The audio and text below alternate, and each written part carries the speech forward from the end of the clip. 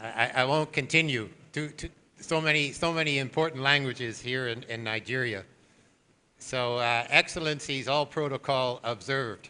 I'm delighted to be here in Lagos at the Market Access Africa Conference, the meeting place for food and agriculture buyers and sellers.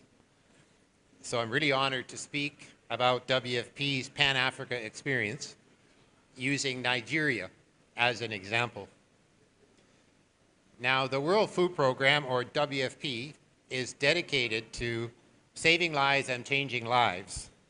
And as the world's largest humanitarian organization, we were recognized with a Nobel Peace Prize in 2020 for the frontline work in combating hunger and improving conditions for peace in conflict-affected areas.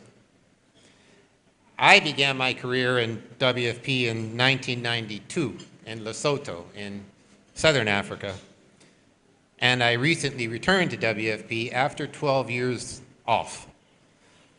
During my time away, I worked in my home country, Canada. I worked with Howard Buffett, a great philanthropist and agricultural expert, and I worked 5 years as executive director at the African Development Bank.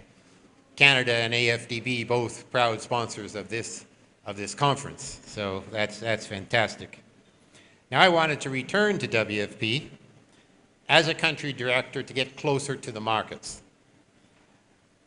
In fact, way closer, which I believe are a key for well-functioning food systems, combining agricultural productivity with nutrition outcomes. And I saw no better place to be challenged than right here in Nigeria, with the continent's largest population, normally the largest economy, and such tremendous potential and challenges for agriculture. Indeed, our collective challenge is to step up and be part of Africa's becoming a net exporter of food, feeding the world.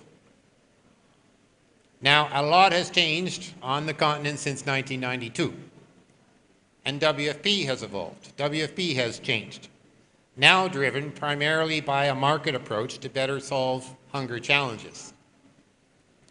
From 2006 to 2010, I was very much involved in the change as Senior Director of Policy and Strategy at Rome headquarters. And with the Executive Director, we prepared a whole suite of policies for approval by the Executive Board, a shift from food aid to food assistance. So cash transfers and vouchers for social protection and safety nets, homegrown school feeding, where the schools source local produce for children, providing incentive to come and learn, and Purchase for Progress to connect farmers, particularly small-scale farmers, to markets. So in a way, I came back to see how all that is progressing. And here in Nigeria in 2023, WFP purchased almost $100 million of local food, largely from Kano, the historical city on a trans-Saharan trade route. But we also provided another $100 million in cash transfers and vouchers, allowing the people themselves to make decisions to buy food on local markets from local food retailers. Folks, this is not your grandmother's food aid. It is an important market-based change. And this substantial investment into northern Nigeria's agricultural economy had to be suspended this year in Nigeria. With skyrocketing food inflation, had we kept purchasing, we were contributing to pricing low-income consumers out of the market. So we took a decision, along with some others, to stop buying. Now, that's a longer story. But what this is an example of how we can continuously learn together from markets. Access across sub-Saharan Africa this year WFP is spending over $1.5 billion on food and cash transfers. In 2023, that was $1.3 billion distributed in cash transfers, and up from $947 million in 2021.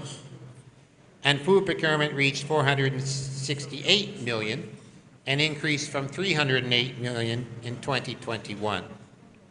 The top commodities we purchase are sorghum, millet, maize, super cereal, or ready-to-use supplementary food for children, and beans and pulses.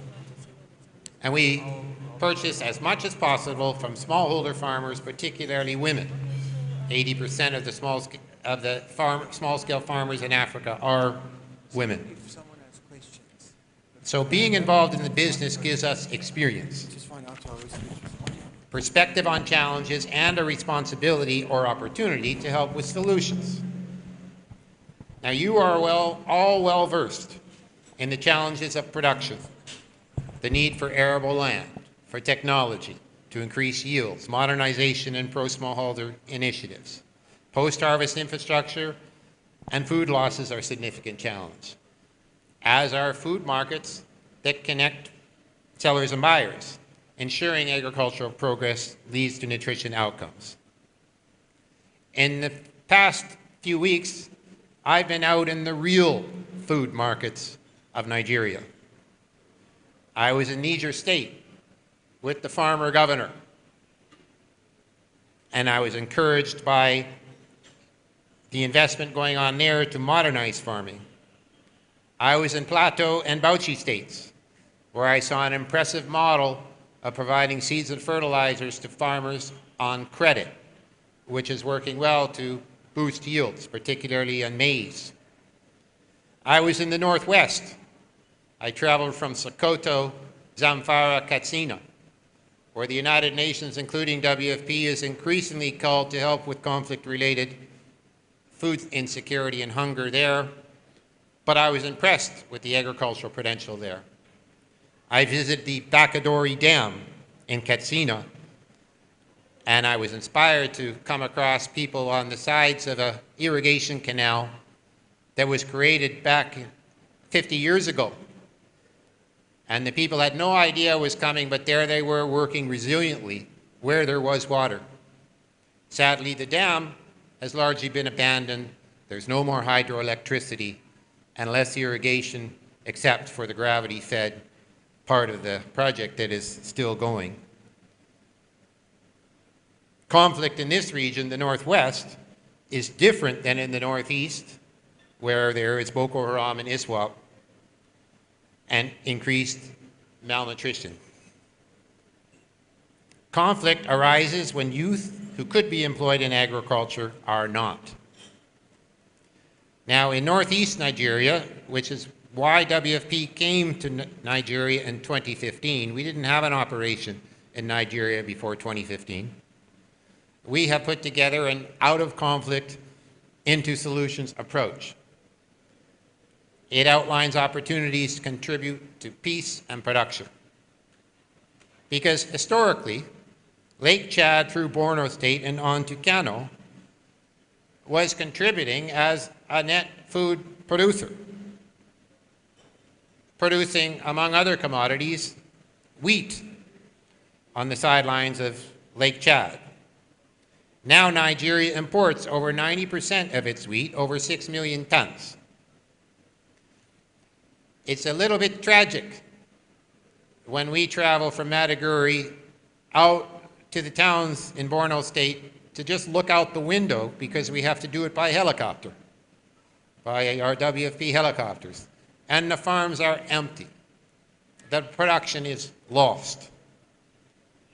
So peace and production in northern Nigeria and across the Sahel is essential to make Africa a net exporter of food.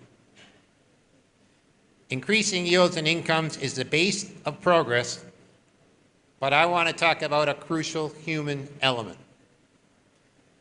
Performance management involves both the private and public sectors ensuring accountability for good governance in agribusinesses, in fact, in all businesses. ideally before conflicts arise. Where there is performance management, rules-based and accountable relations, there is progress, because low-income farmers see their incomes increasing. This is crucial. So let me wrap up with a few more points in what could have been a longer call for partnerships. My intent here is to explain WFP's role in agricultural markets, opening us up for further partnership. Our service-oriented approach in the most challenging countries and regions can be part of the solution to make Africa the net food exporter the world needs. We urge the private sector to leverage existing political will and good governance to ramp up investment in agriculture and agribusiness. Agriculture can be a risky sector to invest in. However, governments and international financial institutions have developed blended financing instruments that can de-risk the flow of private capital into agriculture. The future of agribusiness in Africa is bright. It is projected to be more than a $1 trillion industry by 2030. So let's all join efforts and make this happen. Thank you very much.